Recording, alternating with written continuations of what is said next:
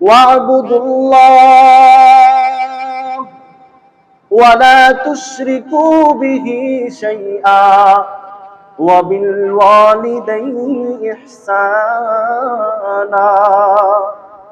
আরে মানুষ, তোমরা একমাত্র শুধুমাত্র আল্লাহর ইবাদত করবা। ওয়ালা তুশরিকু বিহি শাইআ, তার সাথে আর কোনো কিছুকে শরীক করবা না, অংশীদার বানাইবা না। ওয়া বিল ওয়ালিদাইনি ইহসানা, এবং তোমরা তোমাদের মা বাবার সাথে সৎ ব্যবহার করবা, উত্তম আচরণ করবা।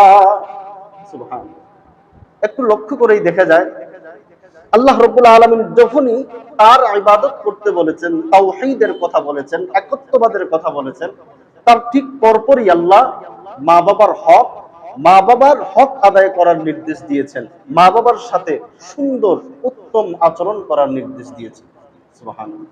এর চাইতে বড় মর্যাদা, এর চাইতে শ্রেষ্ঠ মর্যাদা আর কি হতে পারে?